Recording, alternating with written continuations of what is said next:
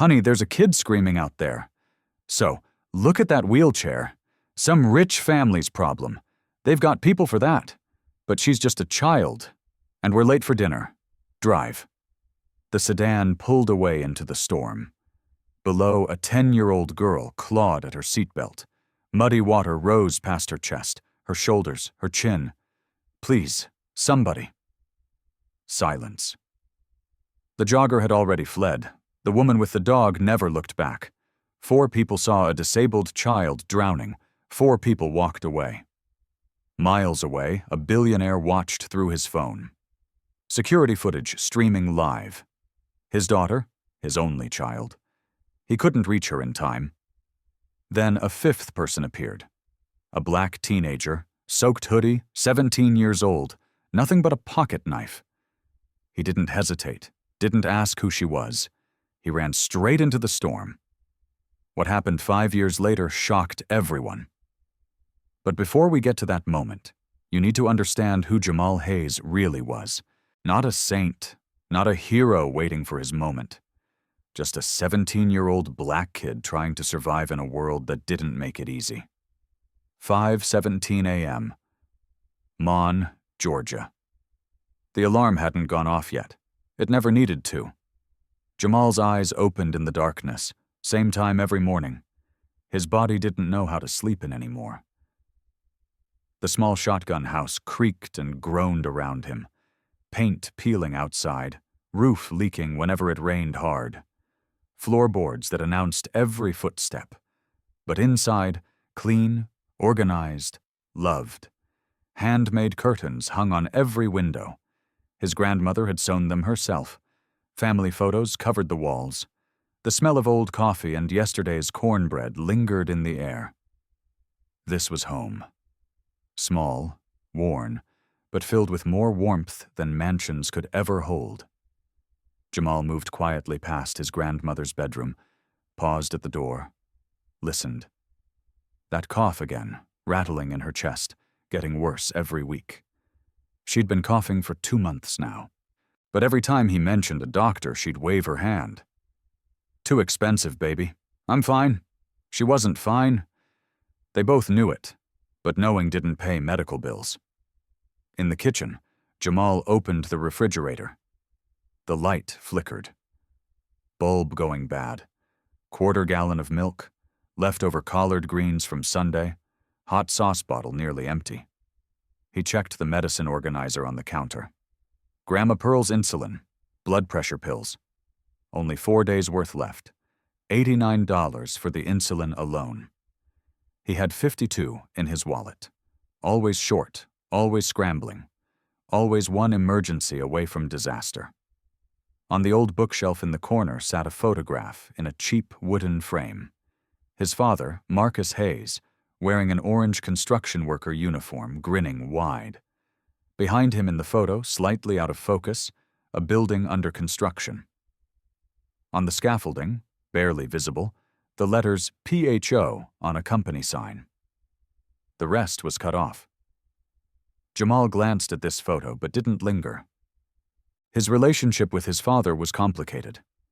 Marcus worked construction in Texas now, called once a month, maybe sent money when he could, which wasn't often enough. They weren't close enough to really know each other. Weren't distant enough to pretend the other didn't exist, just somewhere in between. Awkward. Unfinished. Another photograph hung on the kitchen wall. This one Jamal did stop for his mother, 28 years old in the picture. Beautiful, laughing, holding 5-year-old Jamal at a church picnic. She died 5 years ago. Cancer that spread too fast, caught too late. Jamal touched the edge of the frame. Didn't say anything. He never did.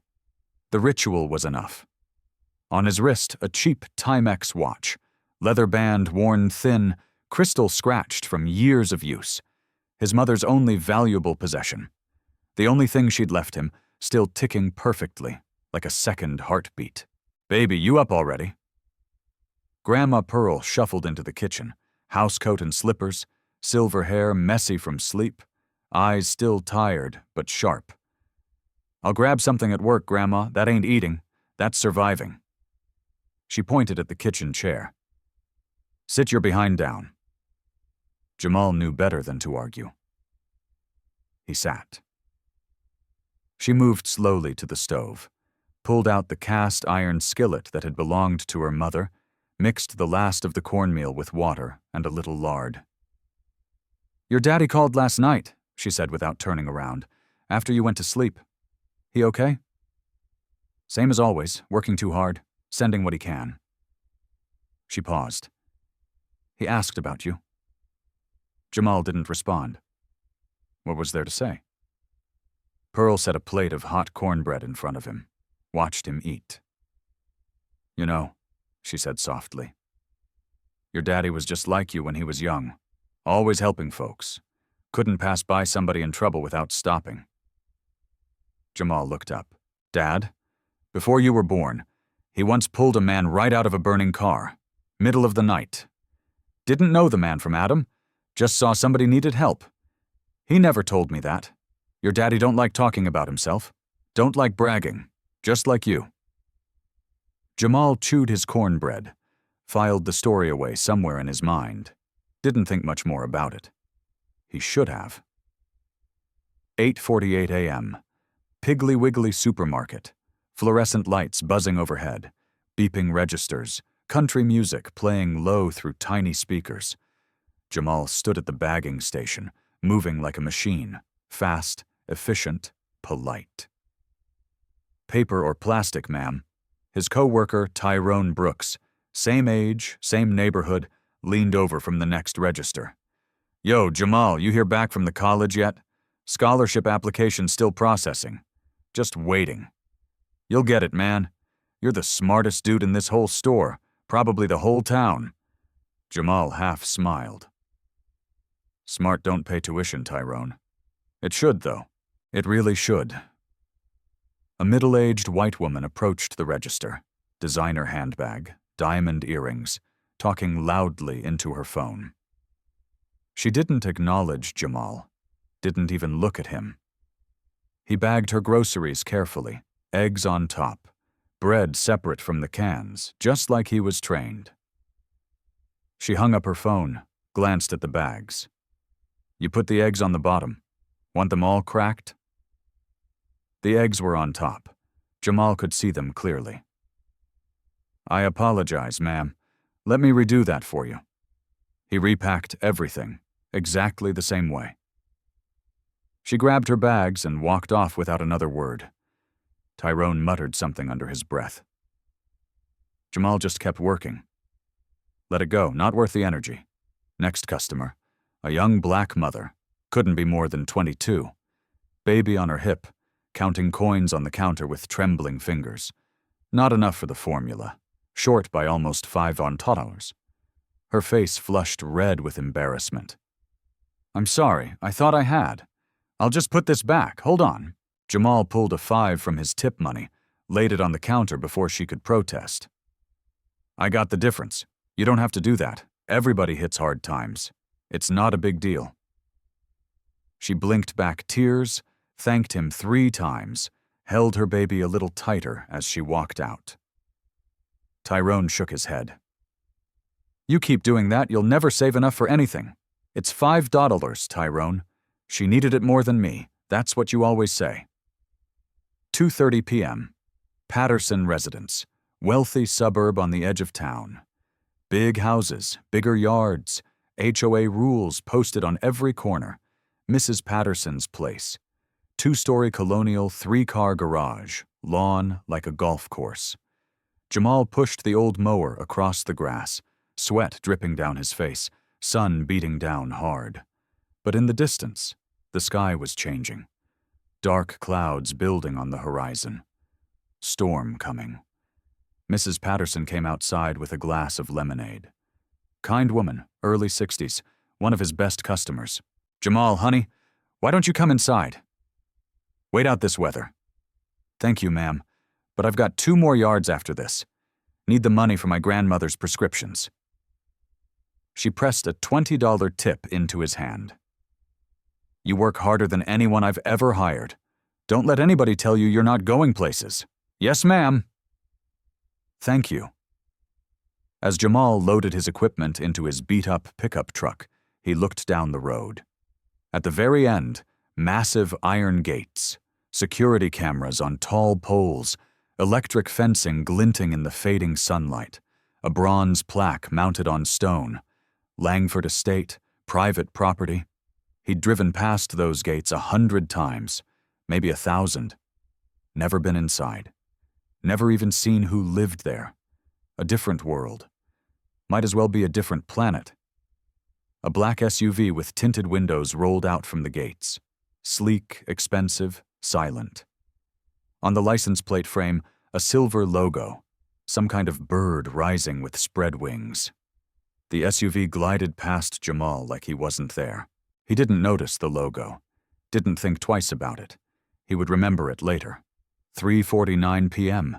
Jamal drove home. First raindrops hitting the windshield, radio broken, had been for months, so he hummed a hymn his grandmother taught him. His mother's Timex showed 3:49. 47 minutes. That's how long he had left of his normal life. He just didn't know it yet. Sophia Langford hated her golden cage.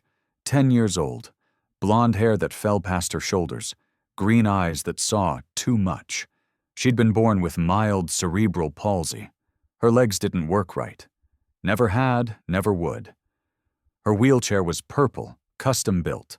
Top of the line, cost more than most people's cars. Electric motor so smooth it barely made a sound.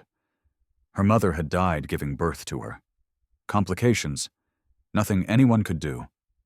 Her father had spent the last 10 years trying to make up for it, surrounding her with everything money could buy except freedom.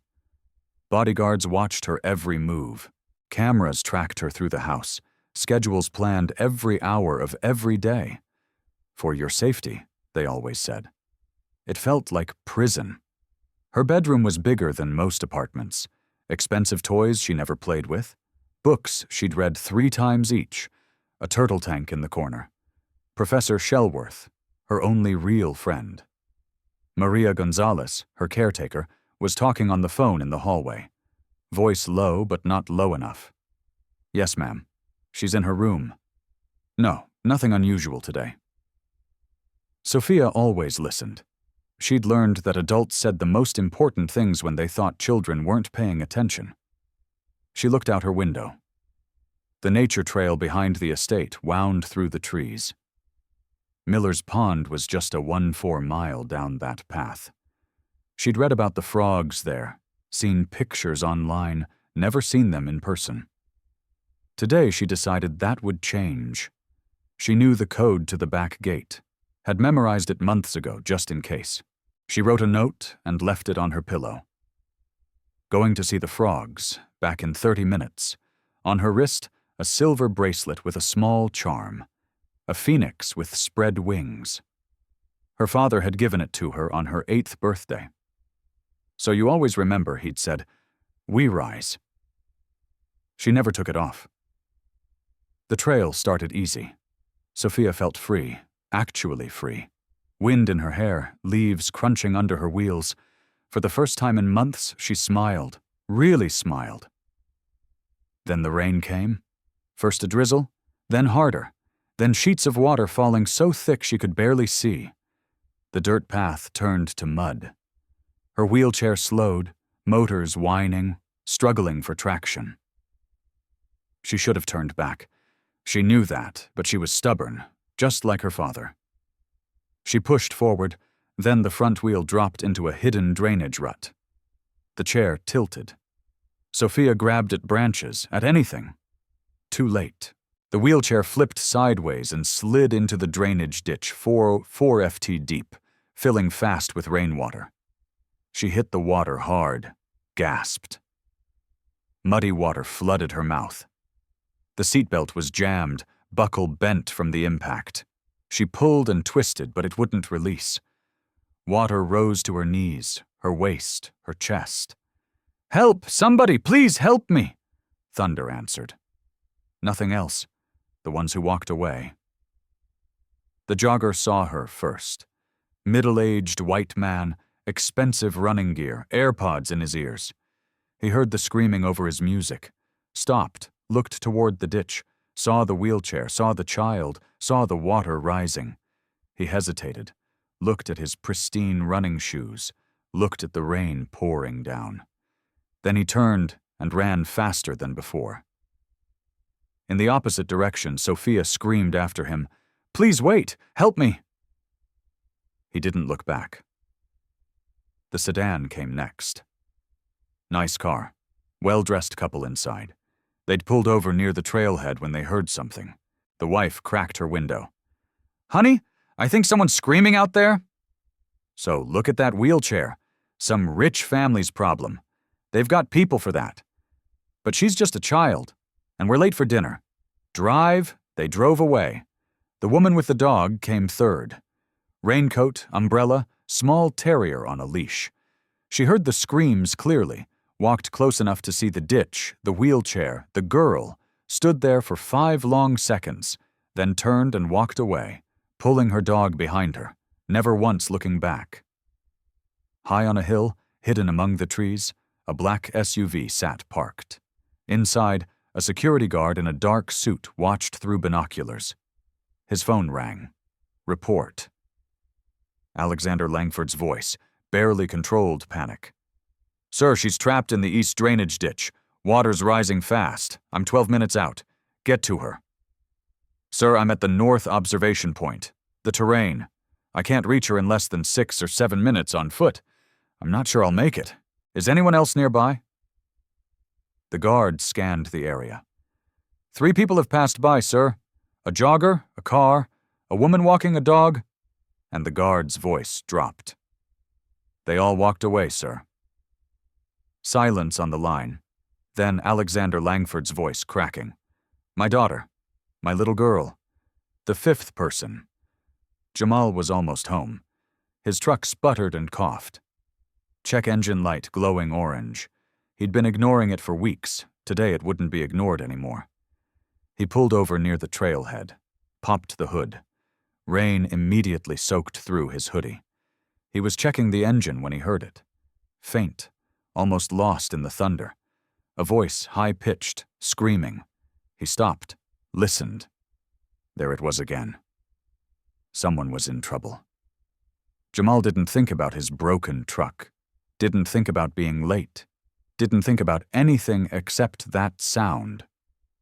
He ran through the brush, through the mud, through the pouring rain.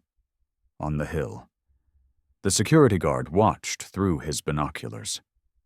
"Sir, someone's coming." "Who?" "A young man, black, maybe 17, 18. He's running toward the ditch. Is he going to help?" The guard watched Jamal slide down the embankment, watched him hit the water. "He jumped in, sir. He's in the water with her." Alexander Langford's voice was barely a whisper. "Please, God, please let him save her." The water hit Jamal like a wall of ice. Cold shocked his system. Mud sucked at his feet. The current, stronger than he expected, pushed against his legs. He waded forward, eyes locked on the girl. She was young. Blonde hair plastered to her face, eyes wild with terror, water lapping at her chin now. She had to tilt her head back to breathe. "Hey!" Jamal shouted over the rain. "Look at me! Look at me!" Her eyes found his, still panicking, but she saw him. "What's your name?" "It's Sophia." Her voice was thin, shaking. "Sophia, I'm Jamal. I'm going to get you out of here, but I need you to stay calm. Can you do that?" She nodded frantically. "Good. Now breathe with me. In." He breathed in slowly. Out. He exhaled. Sophia tried to copy him, shaky, uneven, but trying. "That's good. That's real good. Keep breathing just like that." Jamal reached the wheelchair, examined the seatbelt. The buckle was completely bent, deformed from the impact when she'd fallen. He pulled at it, twisted, nothing. The water was rising faster now, another inch in the last 30 seconds. He didn't have time to be gentle. Jamal pulled out his pocket knife, old wooden handle, blade dulled from years of yard work, but it was all he had. "I'm going to cut the strap. Okay, don't move." Sophia nodded. Sophia, tears mixing with rain on her face. He positioned the blade against the seatbelt, started sawing. The material was tough. Medical-grade nylon designed to keep her secure, designed to never break. Cut, cut, cut. The blade barely made a dent. Jamal. Sophia's voice was thin, terrified.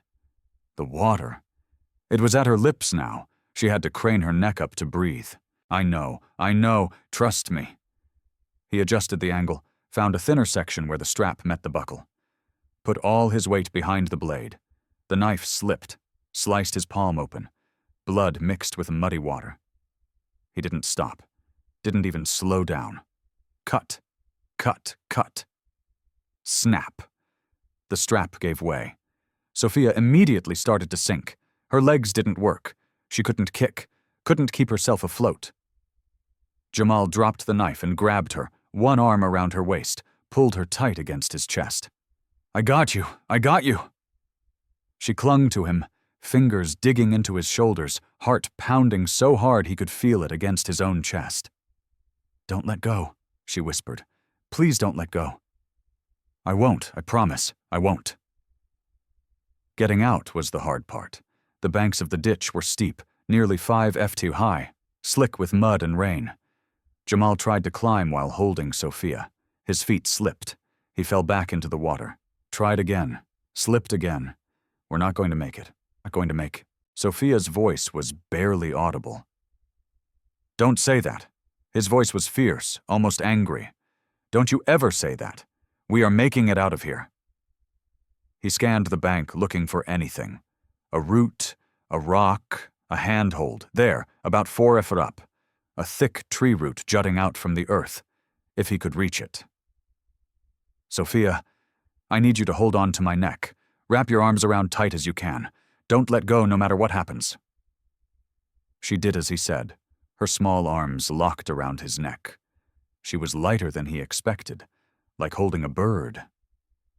Jamal positioned himself, planted his feet on the submerged wheelchair, used it as a platform, took a breath, and jumped. His hand reached for the root, fingers scraping bark, slipping, caught. His shoulder screamed, felt like it was tearing out of the socket, every muscle in his arm burning, but he held on. Slowly, agonizingly, he pulled them both upward, one arm gripping the root, one arm holding Sophia. His free hand found the edge of the bank, grabbed mud and grass, pulled. His feet found traction, dug in, pushed, and then solid ground. Grass, mud, open sky. Jamal collapsed onto his back. Sophia still clutched against his chest, both of them gasping, shaking, soaked but alive. For a long moment neither of them moved. Rain still fell. Thunder still rolled, but it felt distant now. Unimportant. Sophia started crying, not from fear anymore, from relief, from the overwhelming realization that she wasn't going to die. Jamal didn't know what to do. He wasn't good with tears, wasn't good with emotions, but he put his arm around her, let her cry into his shoulder. "You're safe now," he said quietly. "It's over. You're safe." "They left me." Sophia's voice was muffled against his hoodie. "I saw them. They looked at me and walked away. All of them." "I know. Why? Why would they do that?" Jamal didn't have an answer. He'd been asking himself the same question. "I don't know," he said honestly. "But I'm here now, and you're okay. That's what matters." Jamal looked down at his wrist. His mother's Timex. The crystal was fogged. Water had seeped inside the casing. The second hand had stopped moving. Ruined. He stared at it for a long moment, the only thing his mother had left him. Then he looked at Sophia, shivering, scared, but alive. His mother would understand. Shouting from the trail. A woman came crashing through the brush, Latino 40s, professional clothes now soaked and muddy. Behind her, 2 men in black suits, security guards. Sophia. The woman, Maria Gonzalez, Sophia's caretaker, dropped to her knees, hands running over Sophia's arms, legs, face. Oh my God. Oh, thank God. She looked at Jamal. Really looked at him for the first time. You saved her. It wasn't a question. She was drowning. I helped. Maria's eyes welled up. Thank you. Thank you. One of the security guards approached Jamal, professional, assessing. What's your name? Jamal. Jamal Hayes.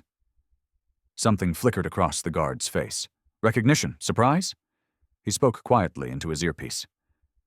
Sir, I have the boy's name. Jamal Hayes. Pause. Yes, sir. Hayes. Hayes. Another pause, longer this time. Then the guard looked at Jamal with a completely different expression, almost like respect. Mr. Langford is on his way.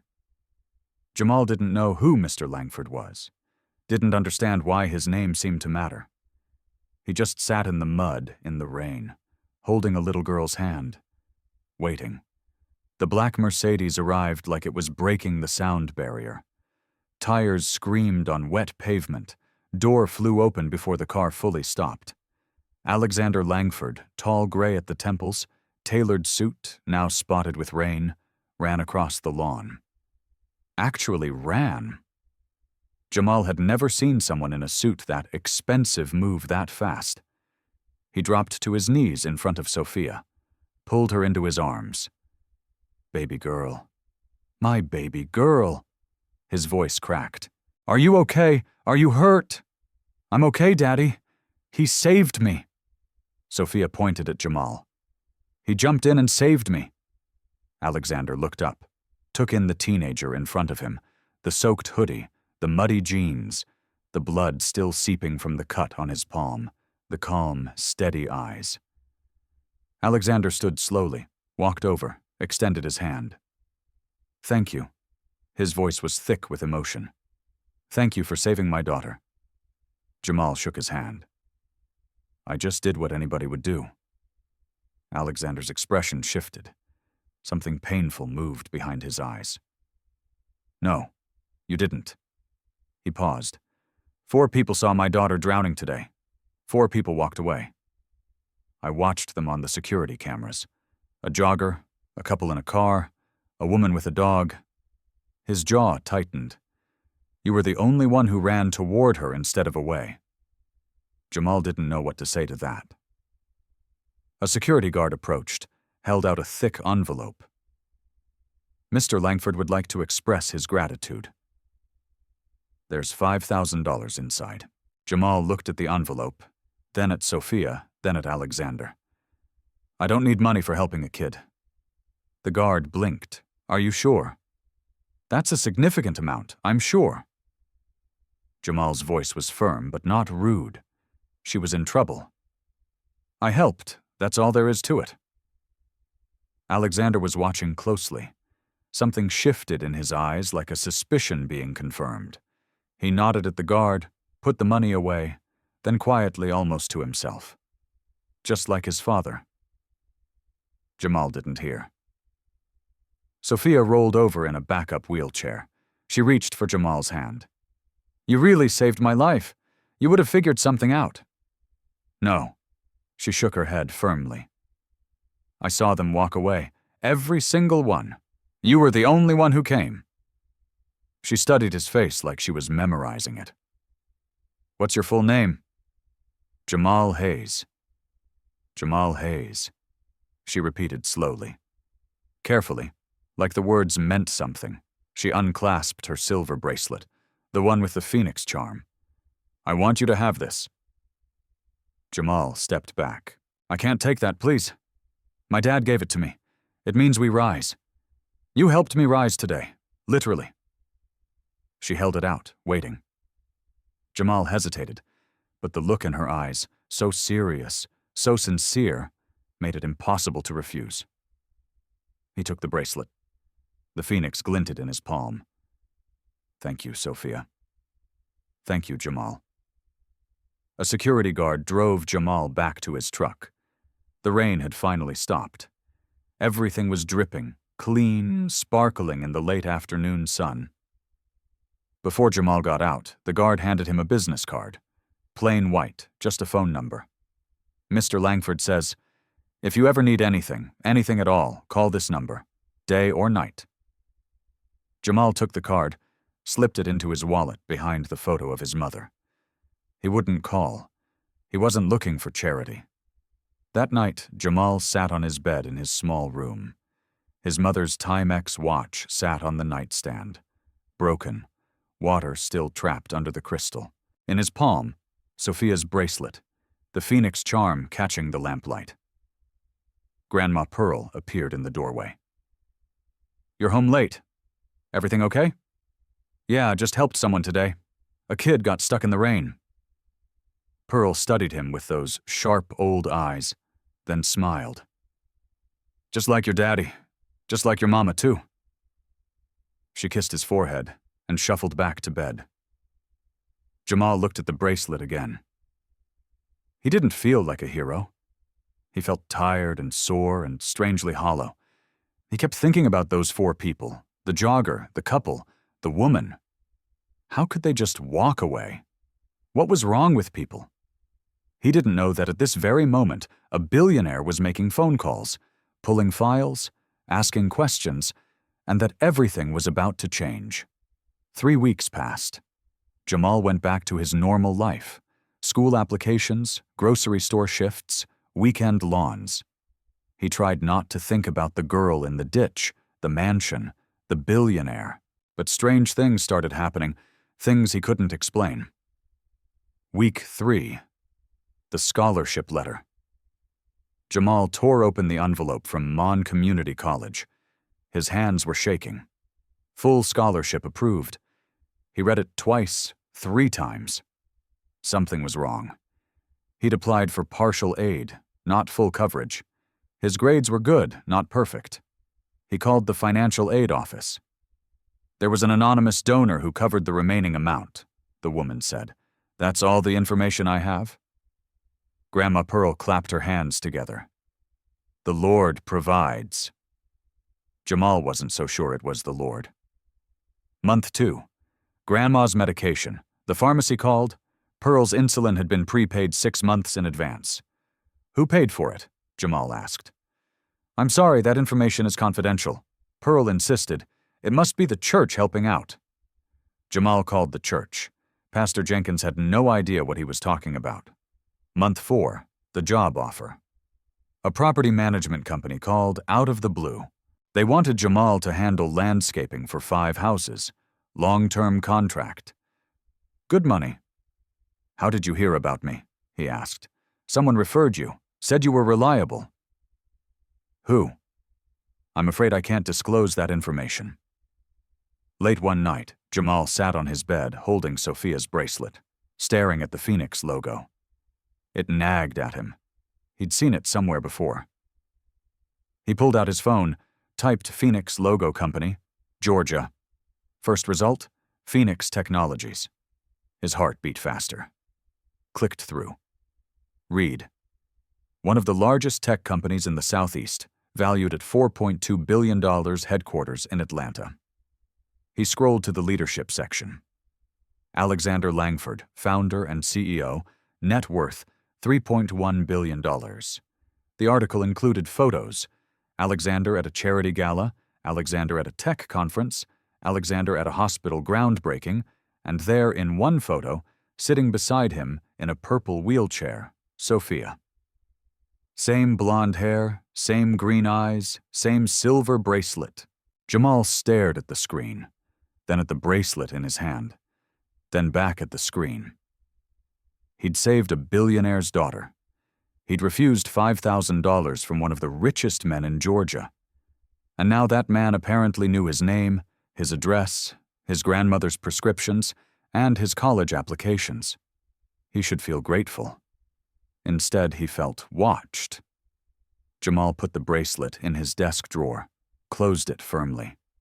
He would make his own way. Whatever Alexander Langford was doing, Jamal wanted no part of it. He didn't need a rich man's charity. He didn't know that charity wasn't what Alexander had in mind. Not even close. 5 years passed. Jamal Hayes kept his head down, worked harder than anyone he knew, tried to forget about the girl in the mud, the mansion, the billionaire watching through cameras. He thought that chapter of his life was closed. He thought the story was over. He was wrong. Mon, Georgia, present day. Jamal Hayes, 22 years old now. A lot had changed. He'd graduated from community college, business degree, 3.8 GPA. First person in his family to earn a diploma. He'd started his own company, Rise Landscaping, small but growing. 5 employees now. His old co-worker, Tyrone Brooks, was his first hire, now his operations manager. The logo featured a small phoenix with spread wings. He still couldn't remember where the idea came from. Grandma Pearl was healthy. Her diabetes was under control. She'd attended every milestone. Graduation, business license approval, first contract signed. Life was finally looking up. Jamal sat in his office, a converted garage behind a strip mall. Cheap but functional. Paperwork everywhere. He was on the phone with a property management company negotiating a new contract. "Yes, sir. We can handle the expansion. 10 more properties by next month." He hung up, allowed himself a small smile. On his desk sat Sophia's Phoenix bracelet. He kept it as a paperweight now, a reminder of that day. Next to it, an unopened letter with the Phoenix Technologies logo. He assumed it was junk mail, had been meaning to throw it away for weeks. A car pulled into the parking lot. Not just any car. A black Mercedes S-Class. Tinted windows so dark they were probably illegal. Tyrone looked up from his computer. "Yo, Jamal. Either we just landed the biggest client of our lives, or you're in some serious trouble." Jamal walked outside. The driver's door opened. A man stepped out. Black suit, professional bearing. Jamal recognized him immediately. The security guard from 5 years ago, older now, gray in his hair, but the same sharp eyes. "Mr. Hayes." "That's me. Mr. Langford would like to see you." Jamal felt his stomach tighten. "What about? About his daughter and about the last 5 years?" 5 years? I don't understand." The guard smiled slightly. "Mr. Langford will explain everything. Will you come?" Jamal looked back at his office, at Tyrone, watching through the window at everything he'd built. Then he thought about the bracelet on his desk, the unopened letter, the anonymous scholarships and mysterious benefactors. "Give me 5 minutes. Langford Estate." 1 hour later, Jamal had driven past those iron gates 1,000 times. Today they opened for him. The estate was even larger than he'd imagined. The main house looked like something from a movie, gardens that probably cost more to maintain than his entire yearly revenue. But Jamal wasn't intimidated. He'd pulled himself out of poverty. He'd built a business from nothing. He'd walked through harder doors than this. He was led into a private study. Dark wood paneling, leather chairs, walls of books that looked like they'd actually been read. Behind a massive oak desk sat Alexander Langford, older than 5 years ago. Gray had spread from his temples across most of his hair, lines around his eyes deeper now, but those eyes were still sharp, still assessing, and sitting beside him in a sleek new wheelchair, Sophia Langford, 15 years old now, taller, more confident. Her face lit up when she saw him. Jamal? He couldn't help but smile. "Sophia, look at you all grown up. You too. You and you're not dripping wet this time." They both laughed. The tension in the room eased slightly. Alexander stood, extended his hand. Jamal shook it. "Thank you for coming, Mr. Hayes. I'm not sure why I'm here, sir, after all this time. Because it's time you knew the truth." "The truth about what?" Alexander sat back down heavily. His expression shifted. Old pain rising to the surface. "The day you saved Sophia was the worst day of my life." Jamal frowned. "I thought you didn't know until afterward." I knew everything. Alexander's voice was quiet. Sophia likes to sneak out. I knew that. My security team monitors her through cameras. Then why didn't anyone? They spotted her too late. She was already in the water by the time they called me. I was at my office downtown, 12 minutes away by car. Alexander paused. His hands resting on the desk were trembling slightly. I watched the whole thing through my phone. Security footage live. He looked directly at Jamal. I saw my 10-year-old daughter trapped in that water. I watched it rise past her chest, her shoulders, her chin. Sophia reached over and took her father's hand. Alexander continued, I saw 4 people walk past her, 4 adults who could have helped.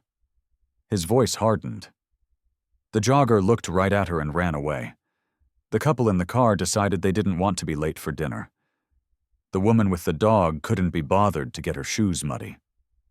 I watched all of it through a phone screen while my driver went as fast as he could, and I knew I wasn't going to make it in time. The room was completely silent. I have $3 billion, Mr. Hayes. I could buy anything, do anything. And in that moment, I was completely, utterly helpless. He took a shaky breath.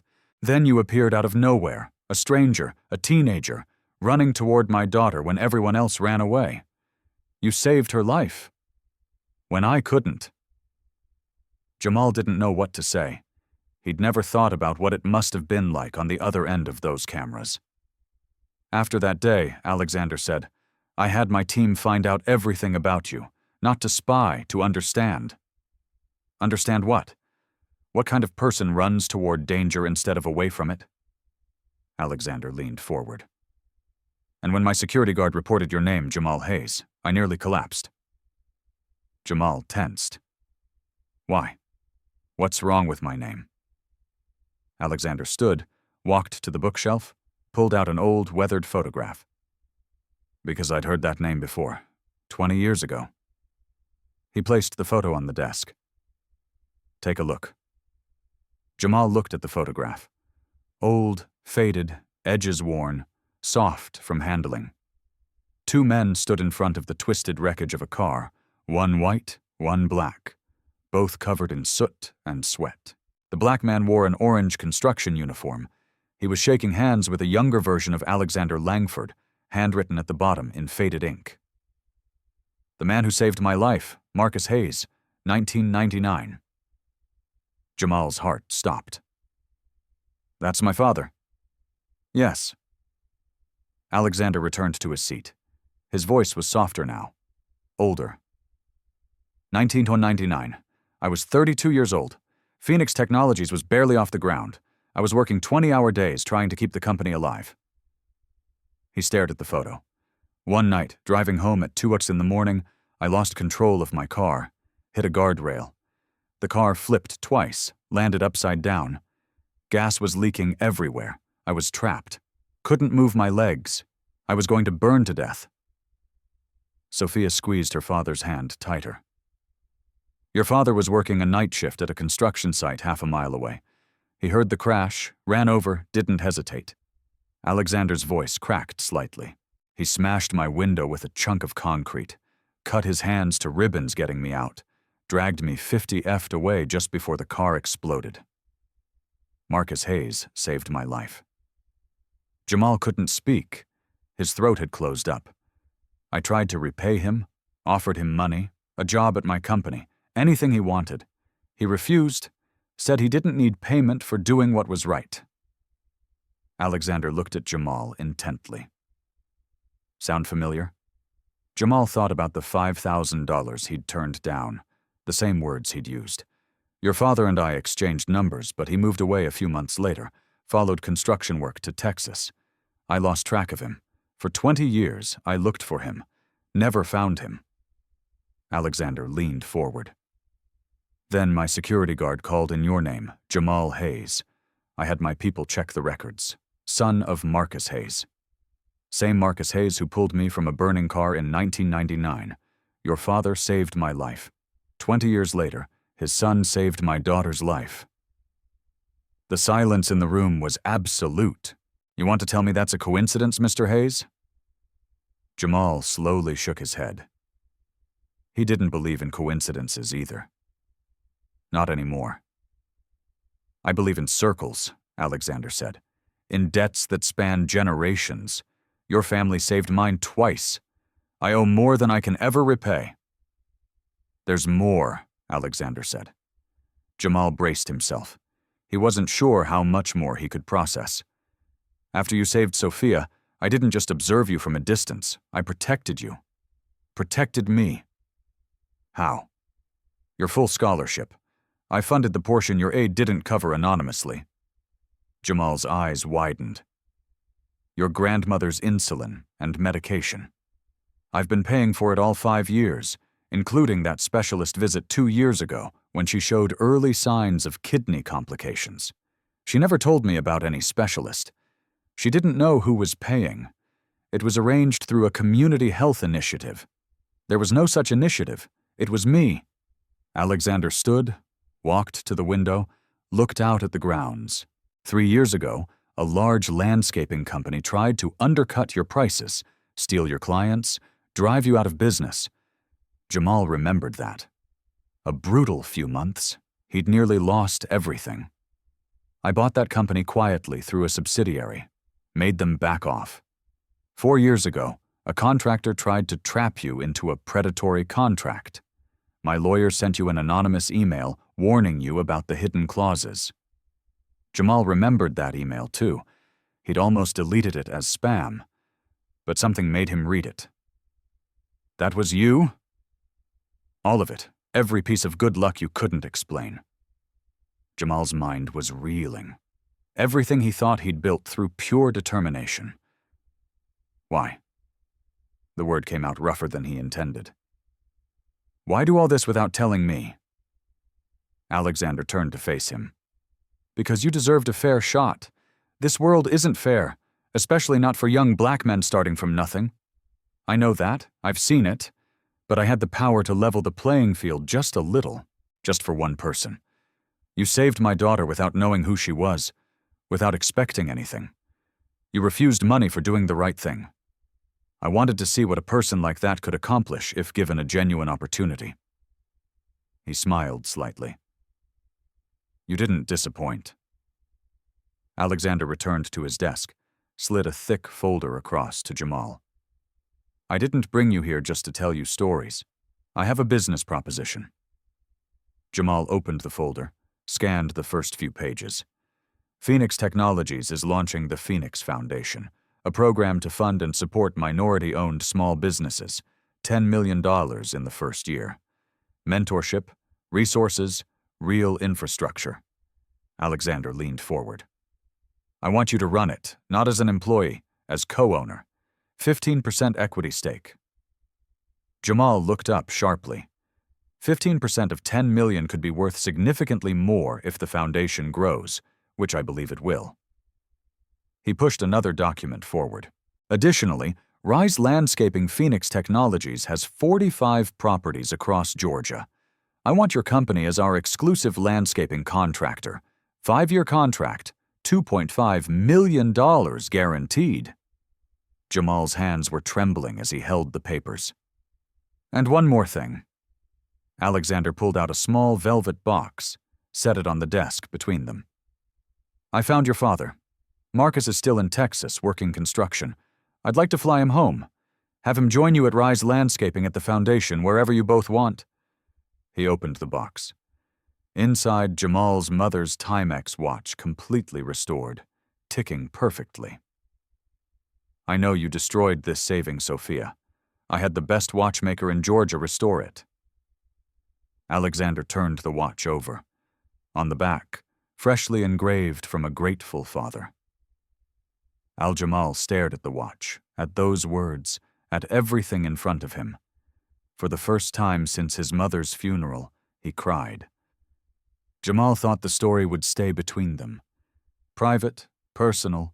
He underestimated Alexander Langford, Phoenix Foundation launch event, Atlanta. 3 weeks later, 500 guests filled the ballroom of the Ritz-Carlton. Business leaders, politicians, tech executives, journalists from every major outlet, cameras everywhere, lights bright enough to blind. Alexander Langford took the stage to polite applause. Thank you all for joining us tonight. We're here to announce the Phoenix Foundation, a new initiative to support minority entrepreneurs across the Southeast. He paused. But before we discuss business, I want to tell you a story, a true story about my family. The massive screen behind him flickered to life. 5 years ago, my daughter almost died. Security footage appeared on screen. Sophia's wheelchair tipping into the flooded ditch, the water rising around her. The ballroom went completely silent.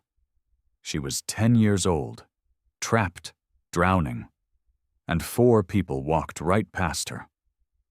New footage, the jogger looking at Sophia, then turning and running away. The sedan pulling up, then driving off. The woman with the dog walking past without stopping. Murmurs of disbelief rippled through the crowd. Someone gasped. I watched through my phone live, helpless. My daughter was dying and I couldn't reach her. Alexander's voice wavered. He steadied himself. Then a 5th person appeared. The screen showed Jamal, 17, soaking wet, sprinting into frame, jumping into the ditch, cutting the seatbelt, pulling Sophia to safety. This young man was 17 years old. He didn't know who Sophia was, didn't know who I was, didn't know he was being recorded. He only knew someone needed help. Alexander gestured toward the side of the stage. Ladies and gentlemen, please welcome Jamal Hayes. Jamal walked out into the lights, heart pounding, 500 people watching. He'd faced drowning water with more composure than this. But he stood tall, walked to Alexander's side. Alexander placed a hand on his shoulder. Now, let me tell you the part that made me believe in destiny. The old photograph appeared on screen. Marcus Hayes shaking hands with young Alexander beside the wrecked car. 20 years before his son saved my daughter, this man, Marcus Hayes, saved my life.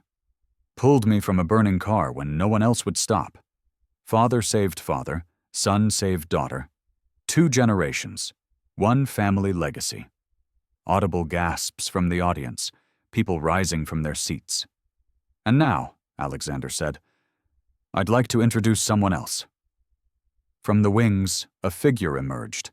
Marcus Hayes, gray-haired now, still strong, still wearing the humble clothes of a working man. Jamal hadn't known he'd be there. Alexander had arranged it in secret. Dad. Marcus's eyes were wet. Son. They embraced on stage. Father and son reunited. 500 witnesses. Alexander stepped forward, shook Marcus's hand.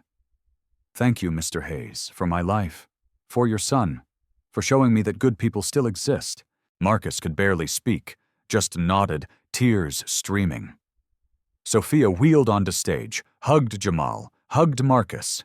From the audience, Grandma Pearl stood up, also secretly invited, sobbing with pride. The entire ballroom rose, standing ovation, thunderous applause. The aftermath. The video went viral in hours, 50 million views in the first week. The Hayes legacy trended nationally for 3 days. Every major network wanted interviews. CNN, Good Morning America, The Today Show. Headlines flooded the internet. Father and son. Heroes, the Hayes legacy. The 5th person. Teen who ran toward danger. Billionaire reunites with family that saved him twice. Mon, Georgia held a ceremony. The mayor presented Jamal and Marcus with keys to the city. 3 years later, the results. Phoenix Foundation, 42 businesses funded, 91% still operating, 520 jobs created. Rise Landscaping, 28 employees, 1.8 million annual revenue, 30% of staff were formerly incarcerated or long-term unemployed. Jamal on the cover of Forbes 30 Under 30, mowing lawns to changing lives. Marcus Hayes became operations manager at Rise Landscaping. Every morning, father and son drove to work together. "Never thought I'd see this," Marcus said one morning. "We built this, Dad, together." One story stood out. Malik, 24, just out of prison, couldn't get hired anywhere. Jamal's team said he was too risky. Jamal said, "5 years ago, everyone wrote me off too. Someone believed in me." He gave Malik a chance. 3 years later, Malik's auto shop employed 6 people, revenue $320,000 annually. 8 years after the storm, 2 people returned to where it all began. Miller's Pond Trail completely transformed now. Paved path, accessibility ramps, solar-powered lights, part of the newly opened Langford Nature Preserve, free to the public. Jamal walked slowly beside Sophia's wheelchair. She was 18 now, heading to Stanford in the fall. Nonprofit management, still in the wheelchair, stronger than ever. They stopped at the spot where the ditch used to be. It had been filled in, replaced with a small memorial garden. Benches, flowers, a fountain. In the center, a bronze plaque for those who run into the storm and never walk away. Sophia smiled. "Dad wanted to put your name on it." And I said, "No, you always say no." Jamal shrugged. "Because it's not about me. It's about the next person who walks by, reads those words, decides to be someone who helps instead of someone who walks away." Sophia was quiet for a moment. "I got my acceptance letter. Stanford.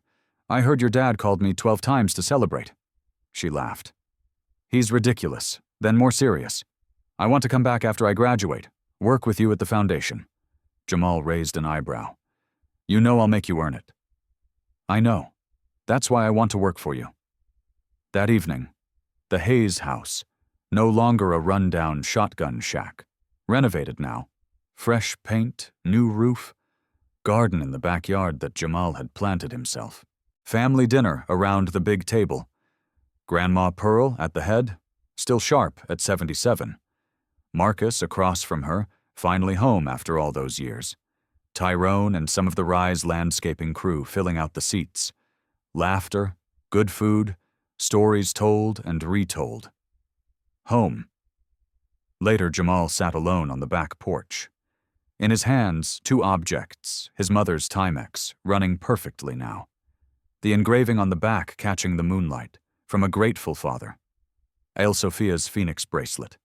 She'd given it to him permanently. "You earned it," she'd said. Marcus stepped outside, sat down beside his son. "What are you thinking about?" Jamal looked at the stars. "What if I had walked away that day like the others?" "You never would have." "How do you know?" Marcus put a hand on his shoulder. "Because you're my son, and your mother's son. We didn't teach you with words. We taught you by how we lived." Jamal smiled. "Thanks, Dad." "No, son. Thank you for making me proud, for giving me a reason to come home." They sat together in comfortable silence, father and son finally at peace. Jamal looked up at the sky, thought about his mother, whispered, "I stayed soft, Mama, just like you said. I kept my promise." 4 people saw a child drowning. 4 people walked away. Jamal Hayes was the 5th person. He didn't know she was a billionaire's daughter. Didn't know cameras were watching. Didn't know his own father had saved her father 20 years before. He only knew someone needed help. So, he ran into the storm. Today, somewhere out there, someone is waiting for you. Maybe it's just a kind word, a small favor, a moment of your time. Don't be one of the 4 who walks away. Be the 5th person. If this story moved you, hit that like button. Subscribe for more stories like this. Share it with someone who needs to hear it today. We rise together, or we don't rise at all. Now, I want to hear from you. Have you ever been someone's 5th person? Or has a stranger ever been that person for you? Tell me your story in the comments. I read every single